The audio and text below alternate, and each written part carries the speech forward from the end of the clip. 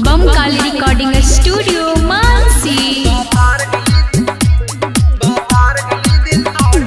अरे चोर चार के अपने यार की गली, बातार गली दिल तोड़ चले।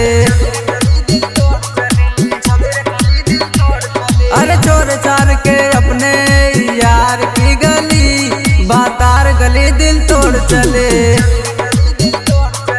देख के तोर मर्द को दर्द है बरी, बातार गली दिल तोड़ चले।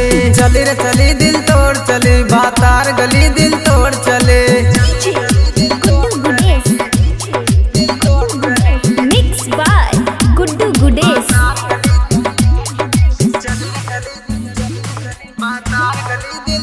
एक पल में तो हमके दिलू भुलाई हो, छन भर के खुशी देके गैलू रुलाई हो। पहलू तू आजादी यार संग रहना पैलू, पिया के घर जाके ओकर तू घर बसैलू।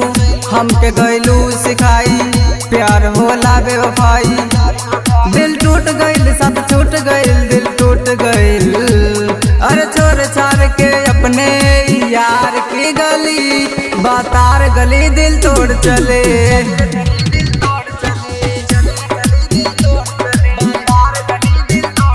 अरे छोर छाड़ के अपने यार की गली, बातार गली दिल तोड़ चले।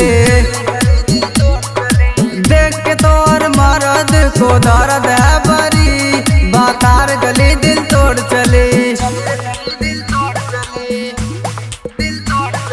Mix by Guddu Gudesh.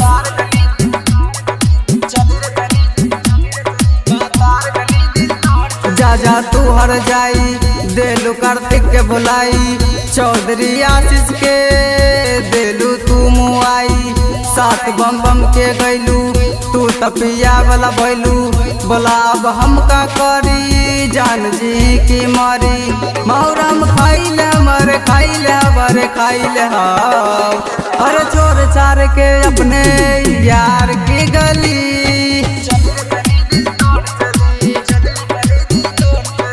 देख के तोर मर्द को दर्द है बरी, बातार गली दिल तोड़ चले।